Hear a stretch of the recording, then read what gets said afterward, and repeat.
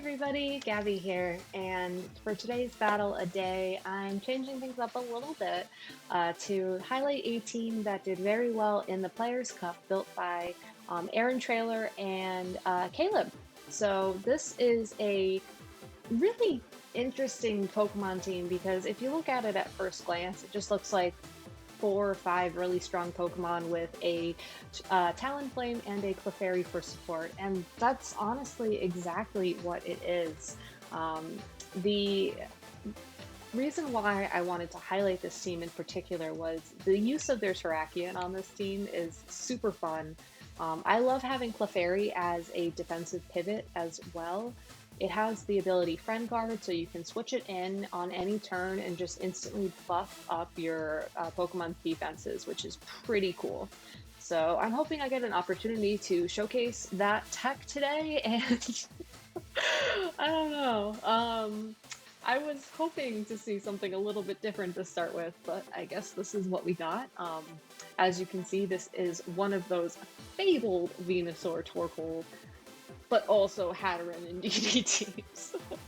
Normally, when you see the Venusaur and the Torkoal together, it's paired with a Dusclops because the Dusclops allows it to have this other mode of some form. But in this case, that doesn't look like that's what we're going to get. So I want Talonflame Duraludon as a lead since I think that will help me out in most of the things that this can do. I really have to watch out for all the firepower that this team brings as well. Rillaboom to remove the possibility of a Psychic Terrain lead, and to wrap things up, I really want Gyarados, honestly. I think Gyarados gives me some really good coverage here if I just make sure that, things don't go awry. So, good luck and have fun to my opponent, Drew. I probably should have noticed that sooner, but I didn't. So no Terrakion today. I should stop saying that because I feel like every time I record one of these, I go into team preview, our battle selections, and be like, yes, okay, we're gonna find this and it's gonna be great. And then we don't find it and it's not great. But fortunately here, we were able to correctly assume that the Hatteran and the Indeedee would be making a lead. And it's very important that you lead Duraludon against these two because Duraludon's hidden ability allows it to avoid having its attacks redirected. The special defense boost from that Psychic Seed is going to be a little bit problematic, but I don't think it's anything that we have to worry too much about. Instead, you know what, actually, as much as I would love to attack with the Talonflame right now, there's not really anything I can do due to the presence of Psychic Terrain, so we can go ahead and just Dynamax, Steel Spike, and get some Grassy Terrain up so that we can use priority attacks again. Honestly, having Talonflame's priority preserved is a pretty important thing to do overall when you're just managing like your board state on a team with a Talonflame. So if you don't think of anything that you can do with a Talonflame in any given turn, but you can identify a fairly safe switch, then chances are you should just make the switch and save Talonflame for later. Even if my opponent gets Trick Room up this turn, the good news is that because of the priority being preserved with Talonflame and the removal of the Psychic Terrain, I can just come in and start attacking stuff. So no attack from Indeedee, no expanding force here. Instead, Max Steel Spike will be going directly into this +1 special defense normal size Hatteran, and while that is enough to save the damage calc, it'll boost our defenses, and I think more importantly, clear the way for something next turn. Probably a Fake Out next turn. I'm thinking, well, actually, I don't know. Fake Out would get a flinch here, but I don't... So what I'm trying to decide right now is whether or not I think Hatteran is going to go for the Dynamax, and if it does go for the Dynamax, like, would I want to stop it or not? So I'm not really sure what I want to do here. Instead, I think what I'll do is go for the priority attack into Hatteran and just play it safe and go for another Steel Spike into the Hatteran as well. Hopefully he won't protect. I'm expecting either a switch or a redirection. In this case, it looks like we're going to be seeing a... Well, there's the switch, but I'm wondering if this Hatteran's going to protect this turn. No, alright, he's going straight for the Dynamax. That's interesting. I wouldn't recommend going for a Dynamax here. You just have so much little health. I almost wonder if Dynamaxing the Incineroar at full health would have been, better overall. I'm not sure if the Dynamax would allow the Hatteran to survive a -1 Grassy Glide from this from this Rillaboom, but I guess that doesn't matter anyways, since it looks like the Hatteran will be going for a max guard, so unfortunately there's not much else we can do this turn, and most likely we'll be taking a oof, the G-Max attack from the Hatteran this next turn. So given that as a guarantee at this point in time, and given the fact that Trick Room is still on the field, I'm trying to think what I can do to set myself up for further success against this Incineroar, and I think saving Rillaboom for later is definitely going to be part of it. I'm going to try and get another attack in on to pick up the KO here, but I don't think that'll be the case. And it looks like my opponent is immediately cycling out the Incineroar to get Terrain back as well. So the fact that we switched out Rillaboom here is really good. I picked Talonflame to switch to because I'm not really sure how much Talonflame can help me moving forward in this game. Knowing that my opponent is pretty dedicated to Trick Room means that I won't be needing something like a Tailwind in the future, and it might be for the best that Talonflame just comes in to take a confusion for its buddy Rillaboom.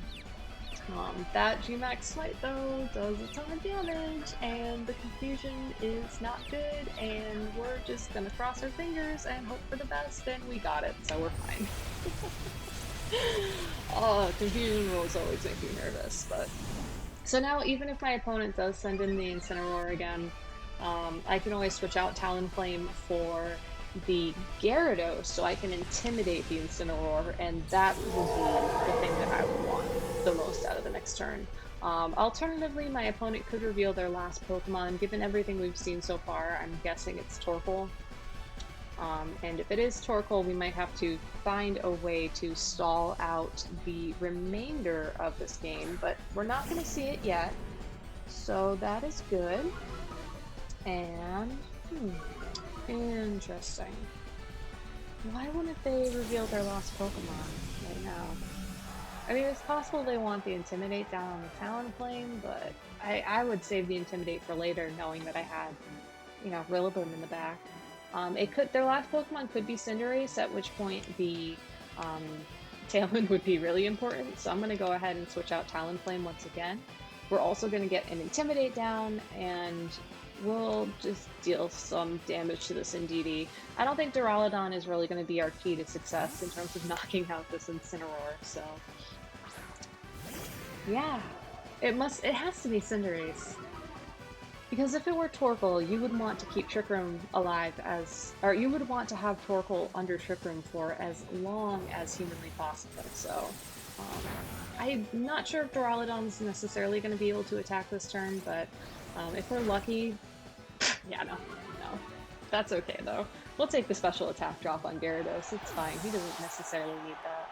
And now we can go ahead and send in Rillaboom, get rid of the Psychic Terrain, turn Expanding Force back into a single target attack, and we also can use Fake Out the next turn. So hypothetically here, if I'm not worried about what this Indeedee is going to do, I could Fake Out and Waterfall the Incineroar without much consequence.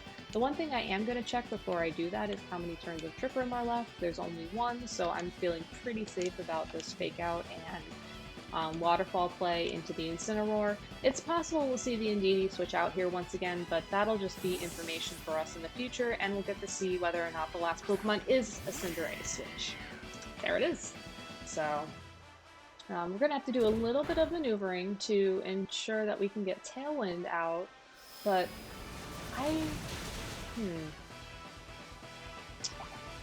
Alright.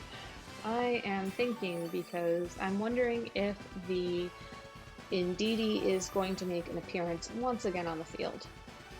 And if the Indeedee is going to make an appearance once again on the field, then Rillaboom's Grassy Glide will no longer be a priority, and then that's going to be a bit of a problem.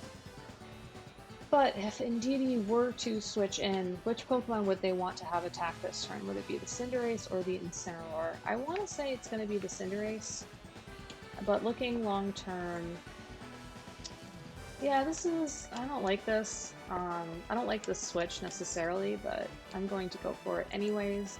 And we are going to attempt a knockoff into the Incineroar slot, hoping that the Cinderace targets what was the Gyarados, and the Incineroar becomes an Indeedee. If that's too big of a read, then it's fine. It was indeed too big of a read, but that's fine. We got the Talonflame in, and we should be able to Tailwind next turn, assuming... I don't know. I guess the Incineroar could go for another Snarl or something, but... Nope, Flare Blitz into the Rillaboom. That's fine. We are still at full health. That is perfectly fine. So, cool, cool, cool. The bounce is a little bit concerning. I would imagine that is targeting that Rillaboom spot pretty aggressively. So, Tailwind and long term, 2 fire types. We're not going to get much else out of this Rillaboom, so I might just take the KO here. I might just take the KO here. I don't think I necessarily need grassy terrain either. I mean, I guess maybe for Talonflame's priority attacks, but right now, honestly, right now I would probably prioritize a taunt into the Indeedee slot. And then I forgot about dynamic speeds. That's fine. That's fine. I probably should have targeted down the Incineroar again. That was a bad play on my part, but it's all good. So we will get an Intimidate down onto this Cinderace. Unfortunately, this means that their Incineroar can come back in and intimidate me as well, but I think if they were going to do that, they would switch out the Cinderace so they could drop that Intimidate and then go again for the Follow Me play onto Indeedee. So in hopes of picking up a KO this turn, we're going to Waterfall the Cinderace, hoping that it becomes an Incineroar, and then somehow we did enough chip damage so that we can still pick up the KO through everything else. Another benefit would be that when Cinderace does come back in, Indeedee will be taunted, so it can no longer follow me at a priority, and then we can attack that Cinderace with our water type attack while it's still firefighting. But it looks like this Indeedee instead is going straight for the Expanding Force, which is probably the better play. It does so much damage, why wouldn't you want to do that? And it will also remove the priority attribute from our flying type attacks on Talonflame, but I think that actually works better for us. Yeah, given the fact that it didn't do too much damage to Gyarados, I actually really like that play still. Because now Talonflame can dual wing beat this Indeedee and like not care. So a bit of knowledge from Gabby just playing this game too much. Cinderace probably doesn't have Protect. If I wasn't worried about my attack drop, I might actually go for Earthquake here, but that's alright. Right, he can do Sucker Punch to change his type. I always forget that. Oh, yeah, that's fair. That's fair. If we can somehow get this down to like... No, that's it. Alright, so key learnings from this game. Target your knockoffs right. And watch out for Sucker Punch, since we can't really do much to stop that. But still, very well played to my opponent. Keeping the Cinderace revealed until the end was a really good play on their part, so just needed to work on my positioning a bit more with this team. It's still fairly new to me. I'll leave a link to the tweet that has both the code and the paste down below in the YouTube description so you guys can try it out for yourself. It's a really fun team, but some advice I got from Aaron and Caleb when I played it on stream last week was that you need to like learn it, and it can be a little bit difficult to learn how to play with it. So, you know, take your time. It's okay if you lose like I just did, because, you know, this is all practice and we all learn from our mistakes. And as usual, I talk more intelligently than I play. But real quick, let's take a look at this team. It looks like it is a max speed Cinderace, and again, no Protect, which is what I would expect at this point. Interesting to see the Iron Head on Cinderace. I don't feel like that's as common anymore. Actually, no Fire type attack, yeah. That is very interesting, and that is kind of a neat call out, actually, that you don't necessarily need to run Cinderace as your fire type Pokemon when you're running it on a team with Torkoal and with Venusaur. Wide lens Venusaur is pretty common, chlorophyll, max speed, as one would expect. Not a lot of these Venusaur run Protect, instead they'll run like Earth Power or something, so interesting to see that here, something to keep an eye on, especially if you were going into a Game 2 situation, because a lot of times the Game 2 adaptation for people who run teams like this is don't bring Trick Room, bring the Sun Mode. Um, it's just a way to catch your opponent off guard. Absolutely minimum speed Torkoal. This is as low as it can go with Drought. Eruption, Protect, Solar Beam, Earth Power is a fairly standard set, I find. I've been seeing some adaptations with the Torkoal Venusaur running Burning Jealousy over Solar Beam, which can be kind of cool.